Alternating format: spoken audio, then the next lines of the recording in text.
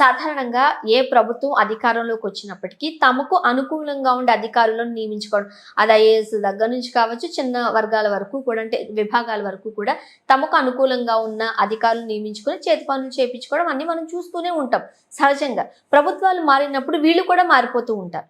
అయితే ఇక్కడ ఇన్ని ఎగ్జాంపుల్స్ చెప్పారు మీరు. సో ప్రజల్లో ఉన్న ఒకటి, ఇప్పుడు ఖచ్చితంగా జగన్మోహన్ రెడ్డి గారి మీద ఒక నింద వేయడానికో, లేకపోతే ప్రభుత్వాల విషయంలో మనం చూసాం సెక్రటేరియట్లో ఫైల్స్ మాయమైపోయి అని అన్నారు, మూవ్ చేస్తున్నారు అన్నారు ఆ టైంలో ఎలక్షన్స్ రైట్ పోలింగ్ అయిన తర్వాత. సో కక్షపూరితమైన ఒక చర్యకే ఖచ్చితంగా చంద్రబాబు నాయుడు గారు పాల్పడుతున్నారు, ఇది ఖచ్చితంగా కక్షపూరితమే అంటున్నారు వైఎస్ఆర్సీపీ నేతలు. మీరేం చెప్తారు మరి? ఇవాళ కక్షపూరితం అవునా కాదనేది తర్వాత సంగతి. ప్రజలకు ఒక స్పష్టత ఉండే ప్రజలకు తీర్పు ఇచ్చారు కదా. ఇవాళ కొన్ని ఇష్యూస్ నేను చెప్తాను. నేను రీసెంట్గా అసెంబ్లీకి ఐఎన్పిఆర్ మినిస్టర్ పార్థసారథి గారు ఇచ్చిన సమాచారం ప్రకారం 2019 నుంచి 24 వరకు ఐఎన్పిఆర్ డిపార్ట్మెంట్ ద్వారా, అంటే రాష్ట్ర సమాచార పౌర సంబంధాల శాఖ ద్వారా 891 కోట్ల రూపాయలు వివిధ మీడియా సంస్థలకి ప్రభుత్వ ప్రచార నేపథ్యంలో ఖర్చు పెట్టారు. మరి అందులో ఒక్క సాక్షి మీడియా సంస్థకే 403 కోట్ల రూపాయల యాడ్ రెవెన్యూ ఇవ్వటం జరిగింది. మిగిలిన అన్ని మీడియా సంస్థలకు కలిపి 488 కోట్లు ఇవ్వటం జరిగింది అనేది అసెంబ్లీకి ప్రభుత్వం అధికారికంగా తెలియజేసింది. 403 కోట్ల రూపాయలు జగన్మోహన్ రెడ్డి గారి కుటుంబ యాజమాన్యంలో ఉన్న సాక్షి సంస్థకి దక్కాయా లేదా? దక్కాయి అన్నప్పుడు అది ఖచ్చితంగా అధికార దుర్వినియోగం, తనకు అధికారం ఉంది కదా అని చెప్పని తన చేతిలో ఉన్న అధికారాన్ని దుర్వినియోగం చేసి తన కుటుంబ యాజమాన్యంలో ఉన్న సంస్థకి ఆర్థిక ప్రయోజనాలు చేకూర్చుకోవటం అనేది అవినీతి కిందకు వస్తుంది. మరి ఈ అంశాన్ని ప్రస్తావిస్తే అది కక్ష సాధింపు అంటే ఎట్లా ఉంది? ఎందుకు చేసుకున్నావు? నీ కుటుంబ యాజమాన్యంలో ఉన్న సంస్థకి నువ్వు ప్రజాధనానికి కస్టోడియన్వి, నువ్వు పాలకుడివి. ప్రజలు కట్టిన పన్నుల నుంచి వస్తున్న డబ్బు, బడ్జెట్ డబ్బు, అది నీ ఇష్టారీతిన నీ కుటుంబ యాజమాన్యాన్ని కట్టపెట్టుకోవడానికి ప్రజలు నీకు అవకాశం ఇవ్వాల. చంద్రబాబు నాయుడు గారు ఆ రోజు ముఖ్యమంత్రిగా ఉన్న రోజుల్లో ప్రకృతి వనరైన ఇసుకని ఉచితంగా ప్రజలకు ఇవ్వాలి అనేది ఒక ప్రభుత్వ పరంగా పాలసీ డెసిషన్ తీసుకుంటే దానివల్ల ప్రభుత్వ ఆదాయానికి గడ్డి కొట్టారు అని చెప్పని ఆయన మీద కేసు నమోదు చేశారు. మరి జగన్మోహన్ రెడ్డి గారు ముఖ్యమంత్రిగా ఉండి వైసీపీ పార్టీ రంగులు ఎప్పుడో దశాబ్దాల క్రితం నుంచి నిర్మాణం చేస్తున్న ప్రభుత్వ భవనాలకి ఆ రంగులు వేయడానికి, తర్వాత సుప్రీంకోర్టు ఆ రంగులు అలా వేయడానికి వీల్లేదని చెప్పని తీర్పిచ్చిన తర్వాత వాళ్ళ మార్చి వేరే రంగులు వేయడానికి 2600 కోట్ల రూపాయలు ఖర్చు పెడితే ఎవరి డబ్బది? ఎవరు తీసుకున్న నిర్ణయ పర్యవసానం అది? ముఖ్యమంత్రిగా జగన్మోహన్ రెడ్డి గారే బాధ్యులు, ఆ కన్సర్న్ డిపార్ట్మెంట్కి సంబంధించిన అధికారులు అందరూ బాధ్యులే కదా, దానికి చెల్లింపులు చేసిన ఆర్థిక శాఖ మంత్రి, ఆర్థిక శాఖ అధికారులు బాధ్యులే కదా. ఇవాళ అప్పటికే రాజకీయ పార్టీలకు సంబంధించిన రంగులు ప్రభుత్వ భవనాలకు వేయకూడదని సుప్రీంకోర్టు తీర్పు ఉన్నా కూడా ఆ తీర్పును ఉల్లంఘించి మరి అన్ని వేల కోట్ల రూపాయలు ఖర్చు పెట్టినప్పుడు జగన్మోహన్ రెడ్డి గారి జవాబుదారి కాదా ఇవాళ? ఆ అంశాల గురించి ప్రస్తావిస్తే అది కక్ష సాధింపు అయిపోద్దా? 7,000 కోట్ల రూపాయలతోటి రాజధాని పనులు ఖర్చు జరుగుంది. ఆ రాజధాని పనులు స్తంభింపజేసే అధికారం మీకు ఎవరిచ్చారు? వేల కోట్ల రూపాయల ప్రజాధనంతో నిర్మాణం చేసిన భవనాలని ఆ రకంగా గాలికి వదిలేసి వాటిలో గబ్బిలాలు తిరిగే పరిస్థితి సృష్టించింది ఎవరు? ఎవరి నిర్ణయ పర్యవసానం అది? 5 సంవత్సరాలు జగన్మోహన్ రెడ్డి గారి పరిపాలనా హయాంలో 1000 కోట్ల రూపాయలు దరిదాపులుగా రాజధానికి భూములు ఇచ్చిన రైతులకి కౌలు కింద చెల్లించారు కదా. మరి ప్రభుత్వం వైపు నుంచి ఒక పక్క ఖర్చు జరుగుతూ ఉన్నప్పుడు అక్కడ రాజధాని పనులు కొనసాగించకుండా మరి ఈ ప్రజాధనం నిరర్ధకంగా మార్చిన బాధ్యత ఎవరిది?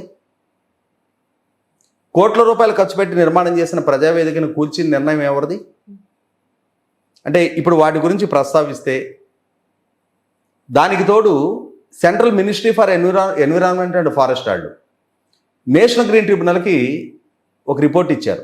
కేంద్ర అటవీ పర్యావరణ శాఖ అధికారులు, రాష్ట్ర ప్రభుత్వ అధికారులు, రాష్ట్రంలోని మీడియా సంస్థలు, ప్రత్యర్థి పార్టీలో ఇవ్వాల కేంద్ర ప్రభుత్వ అధికారులు, అది ఎన్జిటి ద్వారా నియామకం చేపట్టబడి వాళ్ళు రాష్ట్రానికి వచ్చి రాష్ట్రంలో పర్యటించి ఎన్జిటి ఆదేశాలకి విరుద్ధంగా ఇక్కడ ఇసుక అక్రమ తవ్వకాలు జరుగుతూ ఉన్నాయి,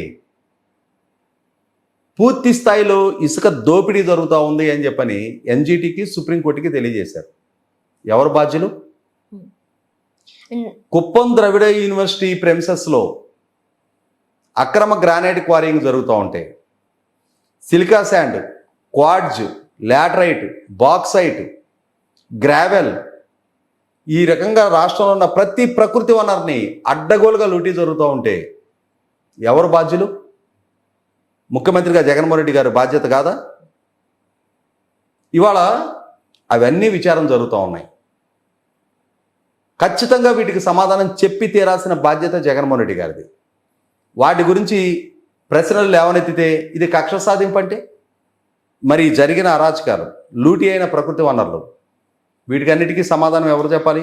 అట్లీస్ట్ అంటే ఇప్పుడు నారా లోకేష్ గారు ఏదైతే ఒక రెడ్ బుక్ అంటున్నారో దానికి సంబంధించి ఆయన ఏమైనా వెనక్కి తగ్గే అవకాశాలు ఉన్నాయండి? ఇక్కడ ఒకటి వాస్తవం ఏంటి, అసలు ఇప్పటిదాకా రెడ్ బుక్ అనేది ఎక్కడ దాన్ని అమల్లోకి తీసుకొచ్చే ప్రయత్నం జరిగింది? అంటే ఏమి జరగకముందే జగన్మోహన్ రెడ్డి గారు అసత్య ప్రచారాలతోటి రాష్ట్ర బ్రాండింగ్ దెబ్బతీసే ప్రయత్నం చేస్తూ ఉన్నారు. 36 రాజకీయ హత్యలు జరిగినాయి అంటున్నారు.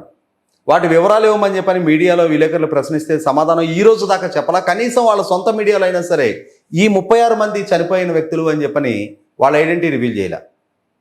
36 హత్యలు జరుగుంటే 36 ఎఫ్ఐఆర్లు ఉంటాయి కదా, 36 పోస్ట్ మార్టం రిపోర్ట్లు ఉంటాయి కదా. 35 మంది ఆత్మహత్య చేసుకున్నారు అంటున్నారు. ఒక్క ఆత్మహత్య మాత్రం జరిగింది. వైసీపీ నరసాపురం ఎక్స్ఎమ్మెల్యే ప్రసాదరాజు వేధింపులు తట్టుకోలేక నరసాపురం ఎండిఓ వెంకటరమణ గారు విజయవాడ ఏలూరు కాలంలో పడి ఆత్మహత్య చేసుకున్నారు. ఎవరు వేధింపులతోటి? వైసీపీ ఎక్స్ఎమ్మెల్యే వేధింపులతోటి. సూసైడ్ లెటర్ రాసిపెట్టి చనిపోయారు ఆయన. వైసీపీ వాళ్ళు ప్రభుత్వ వేధింపులతోటి ఆత్మహత్యలు చేసుకున్నారని చెప్తున్నారు. సరే, ఆ 35 మంది పేర్లు ఇవ్వండి. ఎక్కడ ఈ ఇన్సిడెంట్స్ జరిగినాయి? వాళ్ళ పోస్ట్ మార్టం రిపోర్ట్లు, ఎవరు వేధిస్తే ఎవరు ఆత్మహత్యకు పాల్పడ్డారో వివరాలు చెప్పగలుగుతారా? 300 హత్యాయత్నాలు జరిగినాయి అన్నారు. ఎవరు బాధితులు? ఆ వివరాలు ఇవ్వండి. 560 ప్రైవేట్ ఆస్తుల ధ్వంసం జరిగినాయి అన్నారు. 490 ప్రభుత్వ ఆస్తుల ధ్వంసం జరిగినాయి అన్నారు. 1000కి పైగా దాడులు, దౌర్జన్యాలు జరిగినాయి అన్నారు. అంటే ఈ రకమైన అసత్య ప్రచారాలతోటి జరగని దాడులు జరిగినట్టుగా చిత్రీకరించే ప్రయత్నం చేస్తున్నారు తప్ప ఈ రోజు దాకా నారా లోకేష్ నేను రెడ్ బుక్ మెయింటైన్ చేస్తున్నా, దీని ద్వారా వీధి పోరాటాలు చేపిస్తానని చెప్పలా. వీధి పోరాటాలే కనుక చేయించే లక్ష్యంతో ఉండున్నట్టయితే ఎన్నికల ఫలితాలు విడుదలైన రోజే రాష్ట్రం ఒక అంతర్యుద్ధం జరిగి ఉండేది, వీధి పోరాటాలు జరిగి ఉండేవి. ఎక్కడ ఎటువంటి సంఘటన చోటు చేసుకోలేదే. నారా లోకేష్ పదే పదే ప్రస్తావించింది ఒకటే, పరిధి దాటి ప్రవర్తిస్తున్న అధికారులు, బిజినెస్ రూల్స్ని అతిక్రమించి ప్రవర్తిస్తున్న అధికారులు కానీ నాయకులు కానీ వాళ్ళని చట్టపరంగా మేము ఎదుర్కొంటాం, చట్టపరమైన చర్యలు తీసుకుంటామని చెప్పాడు. ఎస్, ఇవాళ చట్టపరంగానే ప్రొసీడ్ అవుతున్నారు. ఓకే.